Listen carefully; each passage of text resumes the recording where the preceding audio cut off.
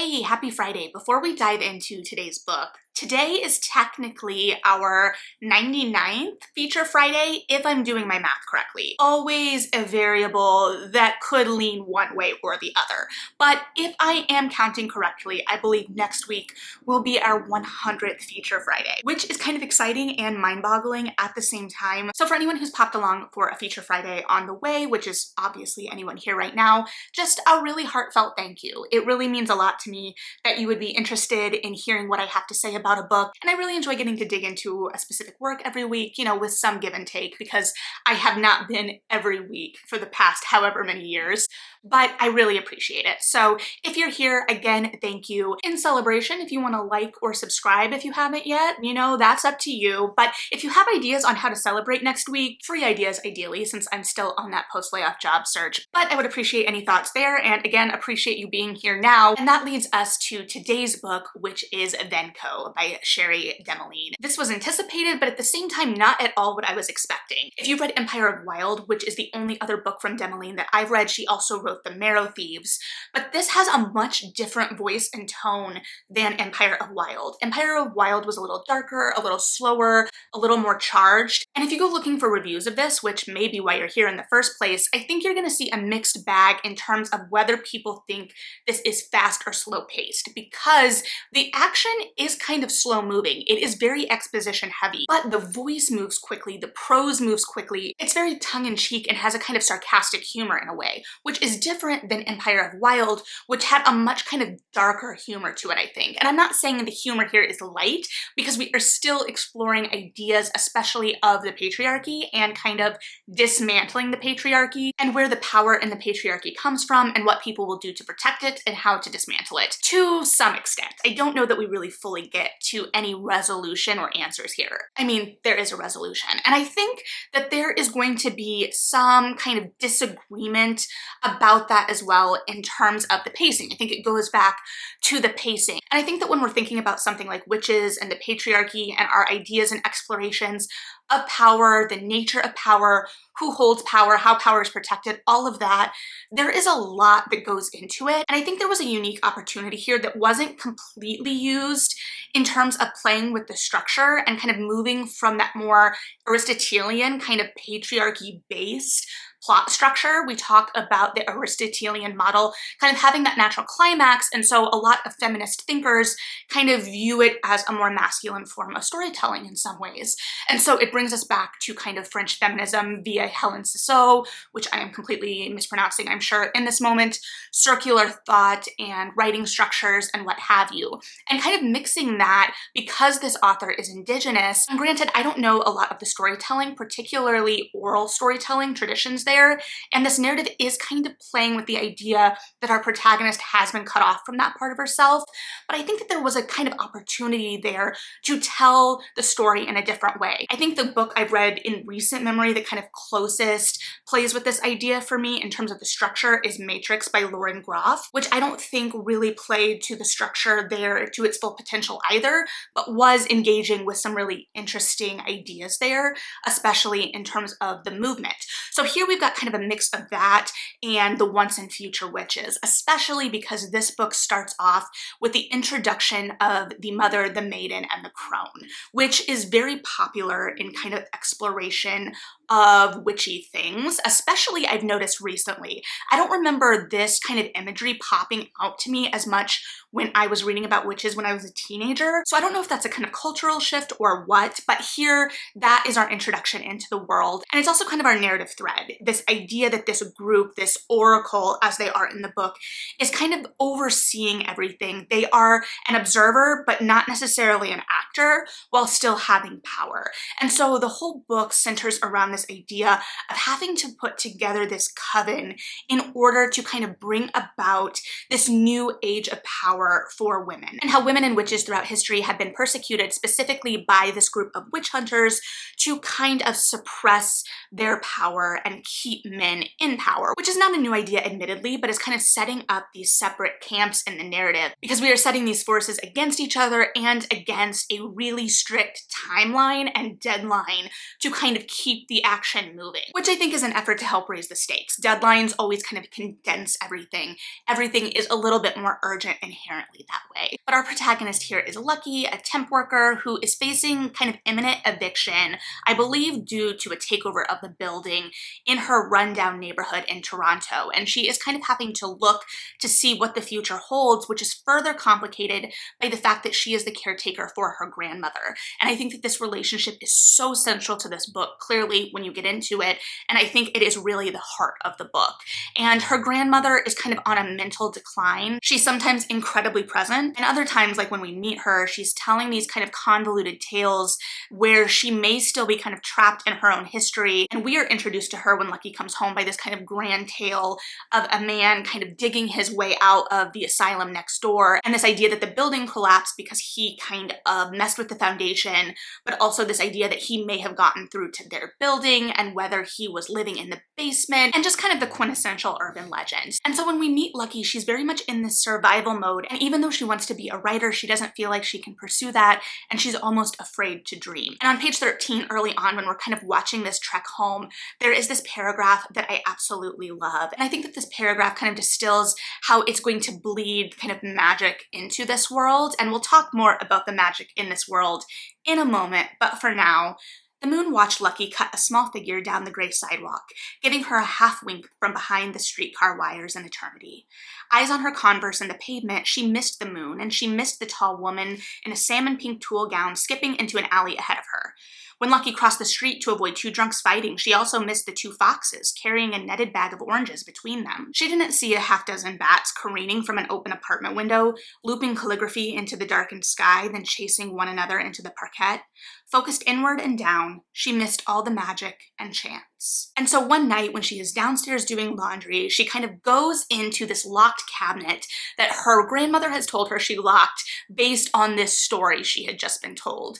And when she goes into this cabinet and sees this hole kind of in the foundation connecting to this story, she finds a spoon. And the idea is that this spoon is connected to an escape attempt, but it is also going to be what allows Lucky to escape her life, because it opens up this world of magic and it pushes her toward this coven that is developing and finding each other through the discovery of these spoons. Now stay with me. I had lots of questions about this too. It kind of took me out of things. It takes some suspension of disbelief with the spoons. I totally get it. But with the discovery of the spoon, Lucky becomes the sixth witch in this coven that is awakening, that is supposed to kind of be able to restore or change the balance of power. And then it becomes her responsibility, or will become her responsibility, to find the seventh witch. But with each witch that is discovered, they have basically half the time as the witch before them to find the new witch. And this finding is kind of predicated on the discovery of the spoons.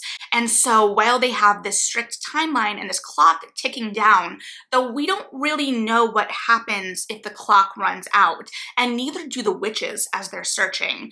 Even as this clock is running down, the witch hunter, the last kind of remaining witch hunter, is on the move. He has recognized that they are close to completing this coven, and he is going to stop it. And he's a real physical kind of stand-in for a lot of things. Two of the biggest, probably unsurprisingly, being the patriarchy and capitalism, which are kind of inextricably linked here. And so once Lucky kind of enters the game, it becomes this kind of race and almost a cat and mouse game in a way as well, as she's kind of moving through these destinations and following the kind of network of women that are leading her to the final witch. And delightfully, her grandmother is along for the ride the whole time. And I think that this is especially important because it takes a look at a couple of things. Both in Lucky's particular journey, it kind of looks at elder care and how that functions and the family structures of things in society right now. And it also kind of looks at the way our elders are viewed in society and in different cultures. And this idea that in mainstream society, this kind of patriarchy-driven society and largely white society, that our elders just aren't valued as much as they should be. And so it's this kind of tension. But at the same time,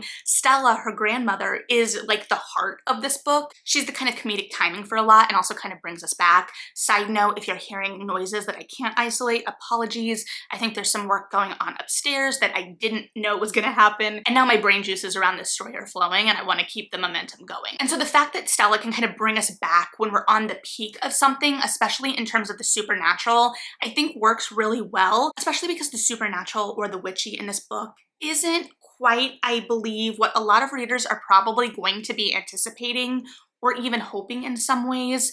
There are these elements of like scrying, or we get references to maybe you have seer powers, but it doesn't feel like these women are really rooted in their power yet, even the ones who have been awake for a long time.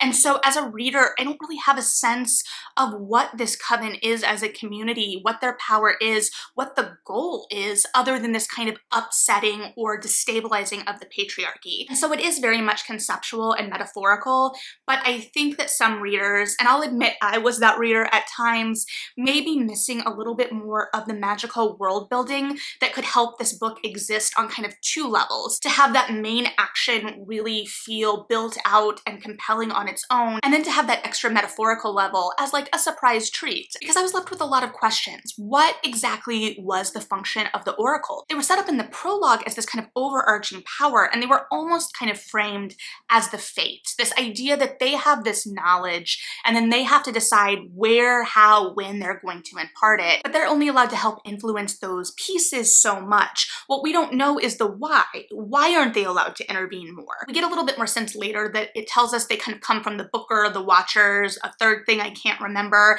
These are the kind of guides of the witches on this journey, but these characters, while fun, feel kind of on the periphery of things, even if they're the ones with the main knowledge and are driving the main action. And they almost feel like, and keep in mind, I'm not a huge video game player here, so grains of salt, but if you were on this kind of video game mission where you're searching out a thing and you stop in the pub, because we do stop in some bars here, and you meet someone at the bar and they give you information, that's kind of how it feels like these people are working.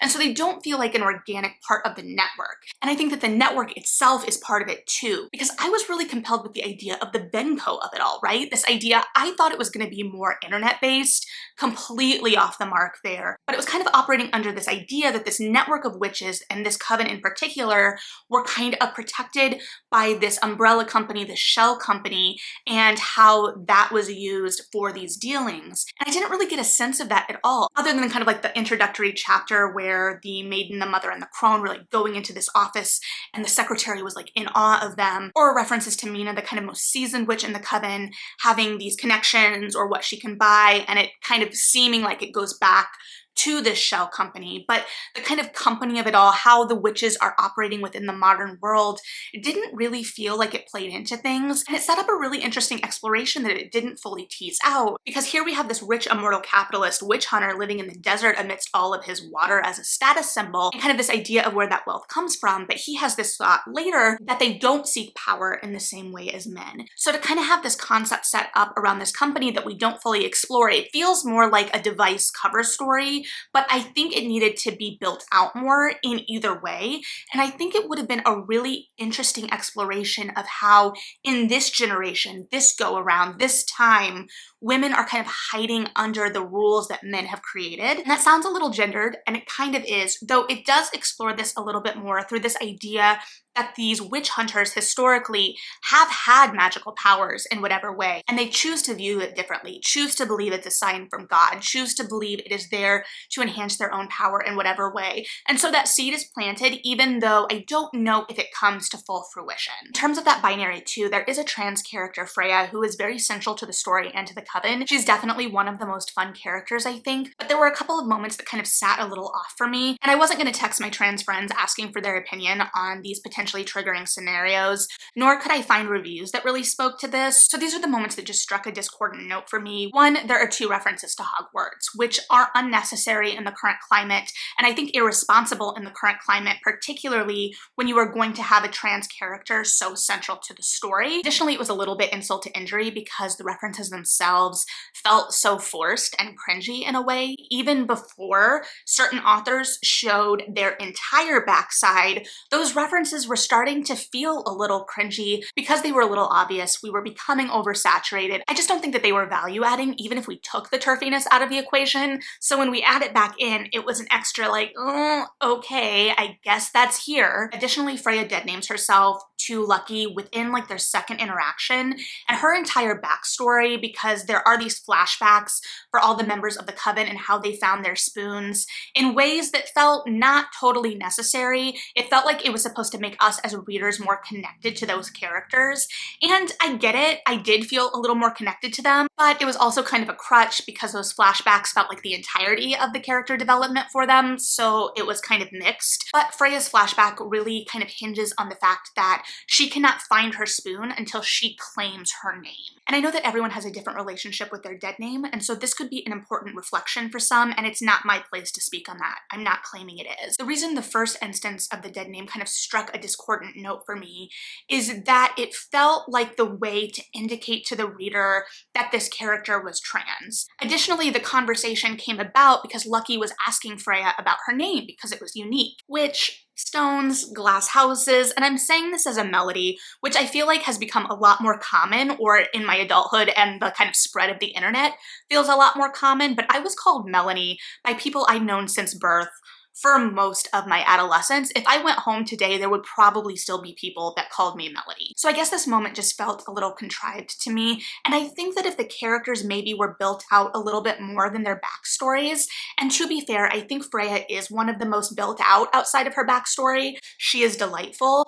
I think that it would have worked a little better. Again, I'm not pretending any expertise here, but because it was something that kind of just struck me while I was reading, I did want to make note of it in case it would potentially be harmful or hurtful for any trans readers, because I don't want that for any of you. So at the end of the day, we're kind of racing against the clock. What happens if the clock runs out? We don't know. To put together this coven, to bring about this renewed time of power. What happens? What's the power? We don't know. We do know that it is specific to North America and the New World. And at first when I heard that, I was like, but what about Mexico, Central America, South America? But it does kind of at the end give us the hints that they have their own covens. So then I was like, okay, I'll trust you. I am geographically challenged. I will go with this. But we are at the end of the day kind of going with this metaphorical idea. What I think helps here is one, Demoline's voice, which again is so different from Empire of Wild.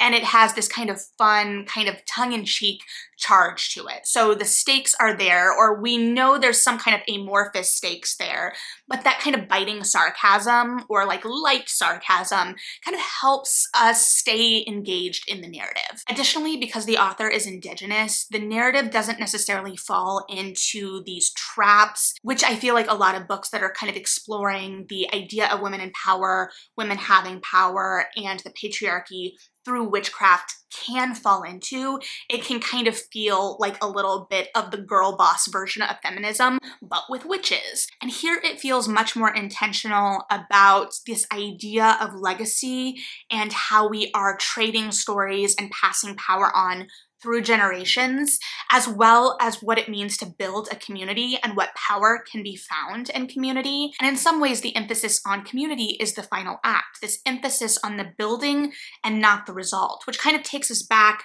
to some of the unique opportunities I think there were to play with the structure a little bit more, this kind of cyclical nature of things, especially as the narrative kind of sets up this expectation of the cyclical, this idea that maybe this is the time that we'll be able to converge this coven, that we've tried in the past and failed, this kind of connection to the history and the playing out of these narratives over and over and what that means. And I think that the flashbacks may have been an attempt at playing at that structure that for me as a reader could have gone even a little bit further, especially as we are so intentionally connecting to our history, particularly the history of Salem here, which even that isn't unpacked to its fullness. You kind of have to know the history of Salem a little bit more. Like, sure, you get the idea of the witch trials and this being a kind of historic place for witches, but with a little bit more knowledge of the witch trials and knowing how political they were and how in a lot of ways it was about protecting the patriarchy and how the trials went after those on the kind of outskirts of the community first, I think that that's a really powerful parallel to be drawn narratively and a really powerful parallel to today. And I think at the end of the day, spoons aside, this book really is speaking to an audience for today. It isn't necessarily always calling that out specifically, but it's definitely at the heart of everything. So I think that this book has a lot to dig into, a lot to discuss. I think that people are going to be coming at this with a lot of different takes and perspectives, something I was even more attuned to this time, especially in terms of the world building, because like I've said before, I can go with things a little bit easier sometimes. This time I did have some stumbling blocks, but I had just had a book club a couple of weeks ago with one of my book clubs where we discussed The Book Eaters, and they had some trouble with a lot of the just go with it world building that I just kind of accepted when I read the book. So this time I feel like maybe I was a little bit more attuned to why some of the world building was working or wasn't working for me at times. Not that I can fully articulate it, just that I was aware of it. But I would be really interested to hear your thoughts on this, if you've read it, what worked for you, what didn't, what you were compelled by, if that kind of metaphorical plotting worked for you. Or again, just let me know if you have an idea for next week and our 100th Feature Friday. But either way, if you've made it this far, thank you again. Like and subscribe if you feel like it, read something good, and yeah.